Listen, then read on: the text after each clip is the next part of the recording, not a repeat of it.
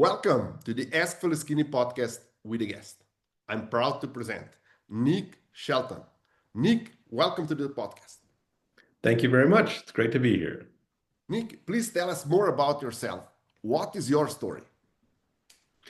All right. Well, I recently retired from the oil and gas industry after I'd say a total of 25 years in oil and gas, but I was in the military, the Air Force before that, and it's not been without its challenges in navigating the social aspects, the identity aspects, and then uh, but it's been a long, wonderful journey. But I guess we're here to talk about when that journey kind of catches you off guard and leads into the the midlife crises. And I could say that I've probably had two two midlife crises. So I don't know if one was a quarter life crisis and the other one is midlife, but yes, and we can get into that. Yes, I really like background, especially Air Force, because that means that you don't have a problem with discipline. Right. And usually motivation is not a problem. And I also like how you went into other, so into next industry, oil and gas, because I know how oil and gas is. It's a dog eat dog industry and Yes. extremely demanding. So you have, I'm sure you have a lot of experience, and you went from there. You basically pull yourself out of it. And I would like to hear more about your identity crisis, as you hinted at it as a part of midlife crisis, because you changed from being in the Air Force, then into oil and gas, and then you retire. And how does that affect your identity? Oh, well, it's huge because what often happens is we wrap up our identity in like our achievements, what we do and how well we do it. And Mhm. then, and our social circle also usually will revolve around our careers. And then, so when I left that, so I retired at 49 and I'm 51 years old now. And when I left that, at first there was kind of like a vacation mode where you just go out and you travel. And then after a while, the vacation stops, but you're still, you don't go back to work. And so, but everyone they're still working. So it's, I went into kind of a depression and I was floating because my identity. So when I was in the military, I knew exactly what my job was, what my place was, everything, that structure was there. And then in oil and gas, I knew once again, here's where I am. And so I felt like I was in oil and gas, I felt like I was kind of a big deal. And then when I wasn't in there, then it's suddenly like I have a lot of currency that is no longer accepted in this new phase of life. So now I'm just some guy, just a regular guy walking around the store. There's no, so it was this big like crisis. I'd say my first, so there was two, there's a first crisis where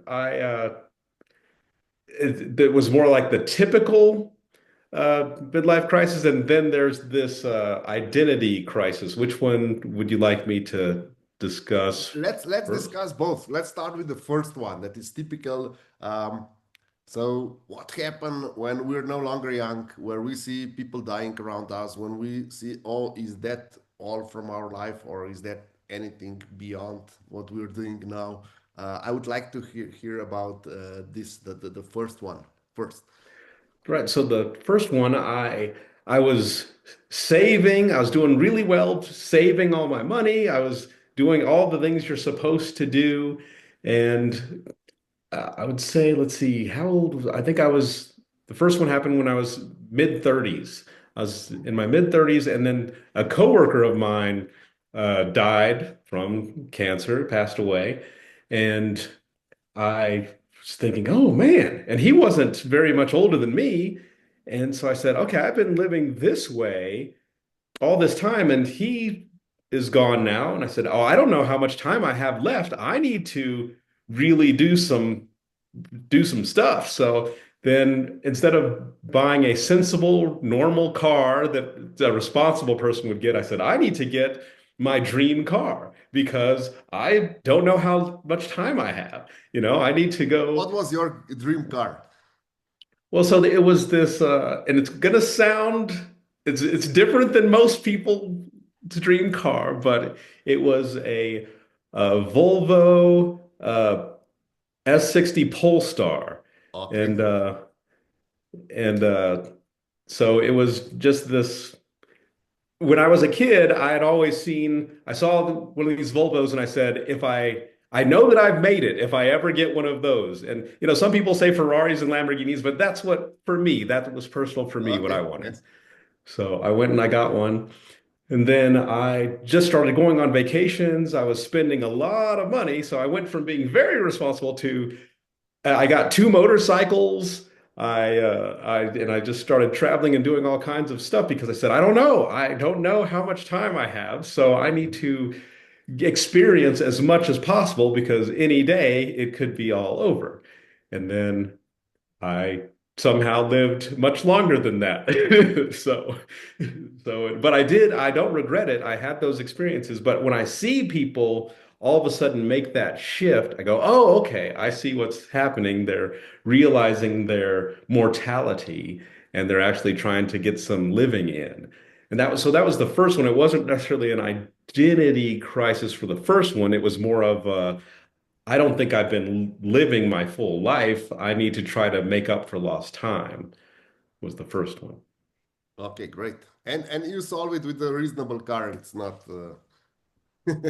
Yes, no Corvette or so Lamborghini. Volvo speaks volumes. That means that you're a person that can be trusted and all at all accounts. So I thought it was elegance without arrogance, is what I would say. yeah, yeah, Elegance without arrogance, yes. great choice. Thank you. So tell us more about your identity crisis. How this appear and why were you not ready for this? What was so? What does the world or the environment? What's wrong with our environment that we are not prepared to shift our identity? Where do you think we got it wrong?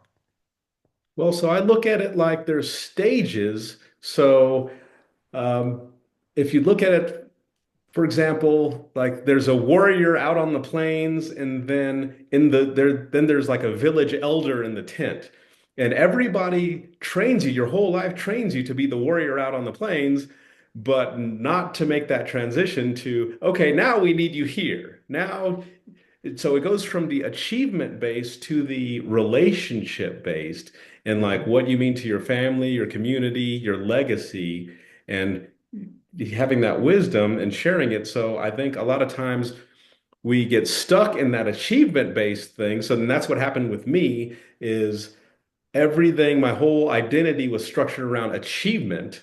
And then, I felt like, okay, well, in terms of society, I felt like I won. So it's kind of like if you go to the Olympics and then you're like, yes, and then you What's come home yeah? and they say, "Oh no, you're not going back to the Olympics now. You're done." And then you say, "Okay, well, I've been training my whole life for that one thing. What do I do now?" And so now it's going to be the village elder in the tent. Go to the tent and you'll say, "I can still be out there on the plains." Yes, we know you can still do it, but you're more valuable over here. But no one tells you, no one trains you for that. And so that's where the disconnect is. Why do you think that they don't train us to take I call it to take the back seat? What is why do we always have to be in the driver's seat? Why we are not trained? Okay, you're gonna achieve your peak, and then slowly you will not longer be like a manager or project manager. You will have to be a consultant or a coach. Why are we not trained? Why are these um, functions or yeah like if we call it functions in a company or in a society, why are this role not appreciated? Well, Why is power and roles where you have certain power, and influence are more appreciated than the roles where wisdom is needed. Why do you think is that? Right. And why do we appreciate, or our society appreciates power more than wisdom? I think it's because it's glamorized. We glamorize and there's all the spotlight is on the achiever that's out there, and we don't want to lose that spotlight. We see it and we put it up here on the pedestal, even though. And what popped into my mind is for I don't know how well versed your audience is in Star Wars, but then you got like Yoda over here, and then you got Luke Skywalker, and you know we know that Yoda is very valuable, but no one's really following him, that he's not the glamorous person. Luke Skywalker is the one that, oh, this guy is out there doing the thing. So I think that we all see ourselves, we're all told, oh, you got to go out there because no one starts off in that wise wisdom position. And so you got to start off in the action position. But once you're in that action achieving position, no one usually wants to give it up.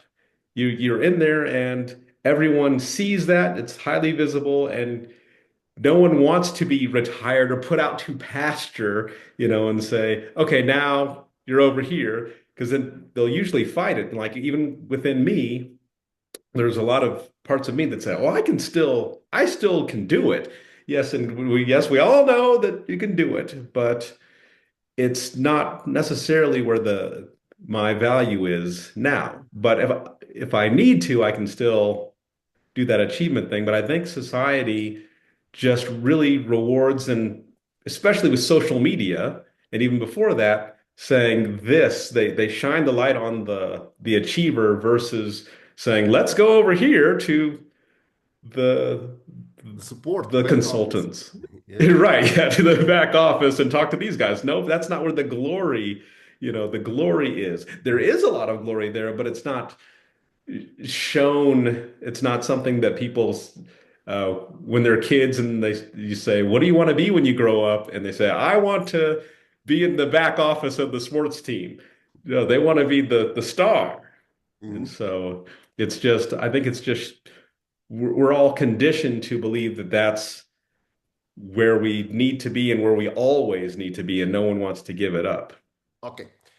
Can we attribute that to unresolved uh, midlife crisis? Can we contribute that the society as a whole has a huge problem that does not understand that there's a cycle? It's not a one-way road.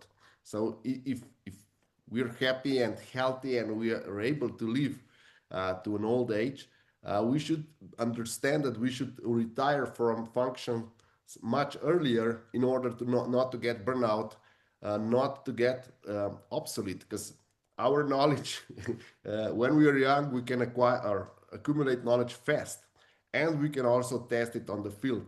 But then, when we get older, we have much more wisdom.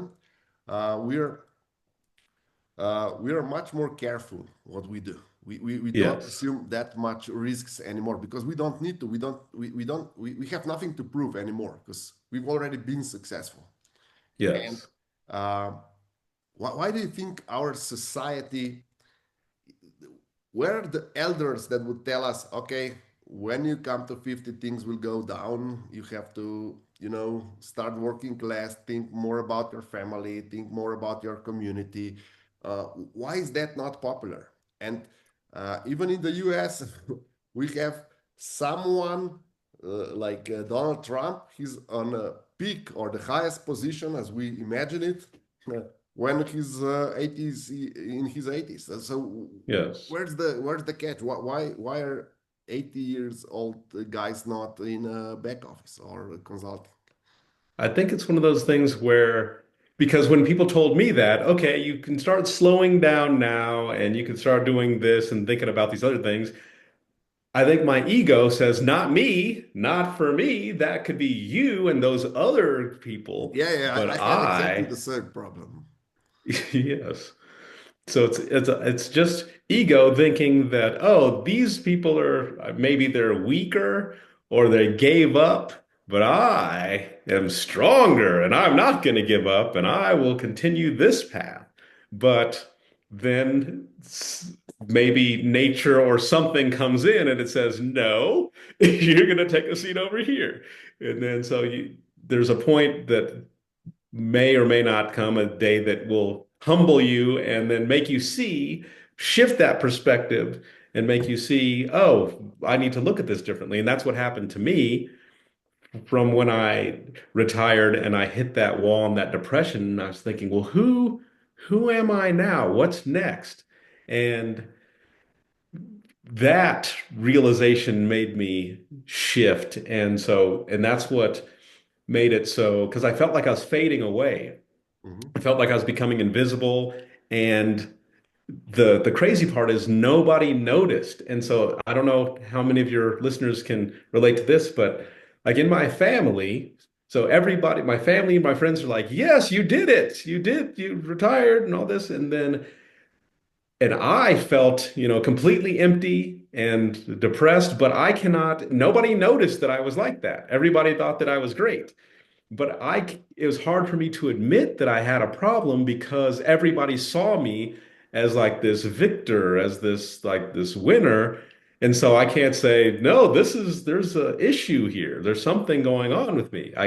It's hard to admit that because nobody saw it, so I, things had to change. So I really like how you put it, your internal battle. So nobody saw it because you had all material things and everything. And then people think, oh, if I had a house like he has, or if I had a car like he has, then ooh, I would be well off. And nobody Yes. understands that their internal struggle.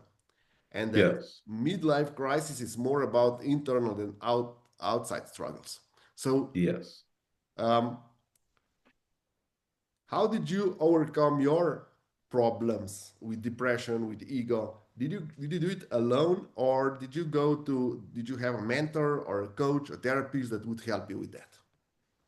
Okay, well, I ended up doing it alone because I tried hypnotherapy, I tried regular therapy, I tried affirmations, I tried like the some subliminal stuff on that I found on YouTube, and none of that really helped. And so I said, well, what can I do? Because I know that I'm a systems guy. I develop systems to to deal with things and processes.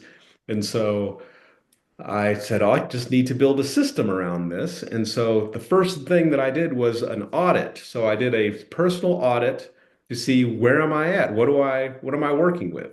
What, for this new chapter of my life, what stays and carries forward, and what do I need to let go because it's not going to be useful anymore? But I can't make that change or make any progress unless I know where I'm starting from. So I needed to do that personal audit. And then after that, I was thinking about so then honoring the previous me and releasing it. So actually what that looks like for me is I wrote a letter to myself thanking myself for you did great in your career. We learned a lot. I forgive you for the mistakes. And now we're moving on to another chapter. So I'm going to let you go. And, so I wrote out a letter to myself. And then it's called a bowl burning ceremony. So I burned that letter to release it. And then I figured, okay, so now this is my new life. So instead of saying, oh, my life actually has to physically end, I can just say, I'm going to start a new life now. That first life was given to me. Now, this life I will choose. So I looked at it like if I was writing a script for a movie and I have to develop a character, okay, so I'm creating this new me. From that audit, I'm bringing over the stuff that I liked, and then I'm going to plug in like the what I want this version of me to be. And so I can say, what do I want this new Nick?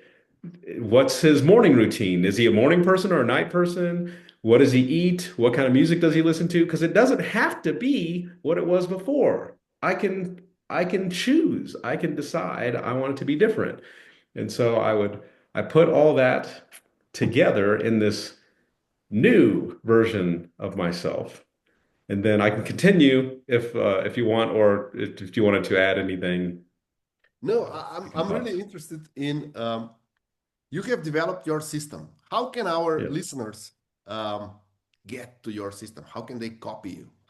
Can they buy a book of you? Can they get to a webinar with you? What's your style? How do you transfer your knowledge? How it is done? How can we copy your success story? That is Oh, yeah. So I have a website, resettheman.com, and women can go to it too, but resettheman.com. And at the moment, I'm doing one-on-one coaching, and I'm developing an email-based course for this as well, but that's not ready yet. So there's a waiting list for that. But uh, at the moment it's one-on-one coaching. And so back to the method. So once I create this new me, then we have to, because the old you is going to still try to pop up. So we have to try to mhm, reinforce this. And so what I tell people to do, and these can be altered, but the default is then you're going to take a dancing class, a cooking class, and a language class. And okay. what that does is you're it puts you out into a new situation. These people don't know the old you. You're introducing yourself as the new you to these people. So it's reinforcing this new version of yourself, and it forces you to actually, even if you're shy, socially awkward, or introverted, it forces you to actually interact with people because the dance class, it's very intimate. You can't just go and stand on the side. They will say, no, come in here. Here's your partner. And then so you're actually touching someone, you're dancing and learning these dances. And then the cooking class, you are learning a new food and either doing it well or horribly with another person, and you're building this connection. You're introducing yourself as this new version. And whatever interests you have, you're letting them know. And they might not be into that, but they might know some. They might say, oh, like I like kayaking. So I might mention kayaking, and they might not be into it, but they say, my brother likes kayaking. Let me introduce you to him. Mhm. And so you'll learn through these. It forces you to interact with people as your new self. And then like the last one, the language class, you're butchering a language, you're horribly learning some language with other people, and then but it brings you closer together and builds these bonds. So now this new you is presented to the world. And so that's helping reinforce that. And then also I gave a TEDx speech about the power of uniforms. What I'd like to do is pick some kind of item. So it could be and it doesn't have to be like a full uniform. It can be like a necklace, for example. Mhm. And that's your uniform. So my best friend is a police officer, and when he puts on his uniform, whether he feels like it or not, he is a police officer, and he Mhm. has to conduct himself that way because he has the uniform. And so with it could be a ring, a bracelet, a necklace, a hat, so I have this necklace, and when I put on the necklace, I can touch it, and it's a reminder I have my uniform on as this new version of me. Okay. And so whether I like it or not, or whether I feel like it, this is it. I have the uniform, so that also helps to reinforce that. And then we get into changing the environment, curing the environment, or curating the environment around you to help reinforce that, to choose like this, what you're going to do for this next phase of your life, to find that purpose, or have your purpose revealed to you, because you're going to be more in alignment. And it's all about getting in alignment with yourself. And another exercise is when people are achieving all the time, a lot of times you sacrifice things along the way. And so Mhm. you might have had some kind of hobby or something that you really liked, but then you didn't have time for it anymore. And it might not be relevant now, but you should always remember and check back on it just in case. So I used to write poetry when I was really young. And then once I started working, I stopped. And I don't know if that's because I was too busy or I was too cool, but I said, let me start doing that again just to see if there's something there. And, I wanted to be a chef when I was 10 years old. I said, I'm going to be a chef one day. And then I never became a chef, but I still love cooking. But I forgot because I got too busy to do cooking. But now I say, let me try that out. Let me try this recipe. Let me see if that's still there. And it is. And so a lot of times people can bring some of these in that audit also bring some of these the old things that you forgot about back in to this new you. And I'll pause here so you Yeah, can it's a great. address this. So for me, it's so when I'm doing a new identity, for me the easiest way is not bracelet, but usually a watch. Yes. So if I want to go in a role of, for example, you mentioned TEDx talks. If I have different speeches, I always take the watch that gets me in this vibe. Yes, yes, And I used to have a lot of cars, and I would pick the car for the occasion. yes, So I would take either a limo or not a limo, it's a sedan in the US, or I would yes, take a sports car for the occasion. So it's and it gets me in the mood, the person I want to project when I comes somewhere. So I really like that. I yes, also like the bucket list. So you said you were writing a poems that you were yes. wanting to be a chef. I went a little bit further. I wanted to be a carpenter, and I just bought a carpentry shop. And Oh, wow. now I'm doing that as a hobby. Almost every day for about an hour, I go to a carpentry shop, and it's just I call that an inner child work. That Yes, things that yes. I used to do. Um, so I really like how you do it. And I will include links to how people can get in touch with you. And what I would like to do before we finish, what is the number one advice? What is the first step we should do? What is the most important thing that will bring or that will trigger the changes that all the changes that we have to make during our midlife, let's call it transition. I would say the most important thing would be that audit, because you need to know where you're at. You need Mhm. to know, because if you're trying to figure things out without knowing your baseline, then it's hard to do, if not impossible. So the most important thing is just do a self audit and figure out your assets and liabilities, not just financial, but the actual like Mhm. inner work assets and liabilities, what you're looking at, what you're working with. And I have some audit things as well on my, if they're not on my site right now, they will be on my website that help with that self audit. But to be able to make the adjustments and move forward and to do these passion projects, to get the carpentry shop, things like that, you need to know, you know, what you're working with. So the audit, I would say, to have that realization, to open your eyes to where you're at, that's the most important part. And then you can adjust from there and build from there. Thank you, Nick. Thank you for sharing with us your amazing story and all the insights. Thank you for having me. It's been a pleasure.